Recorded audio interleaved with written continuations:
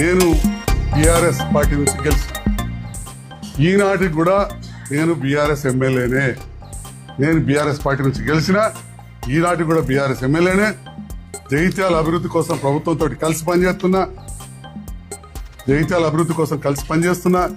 అటు ఇటు రాయట్లేదు, ఎందుకంటే నేను పర్టికులర్ గా జాయిన్ అవుతుంది పోలేదు కాబట్టి. పోయి నేను కలవడానికి పోతే తెల్లవారే ముఖ్యమంత్రి గారు కలిసిన తెల్లవారే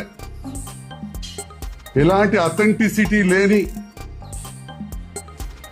ఆధారాలు లేని మీడియా ప్రచారంతో నేను ఇవ్వలే స్టేట్మెంట్, ముఖ్యమంత్రి గారు ఇవ్వలే, నాతో ఉన్న మంత్రులు ఇవ్వలే.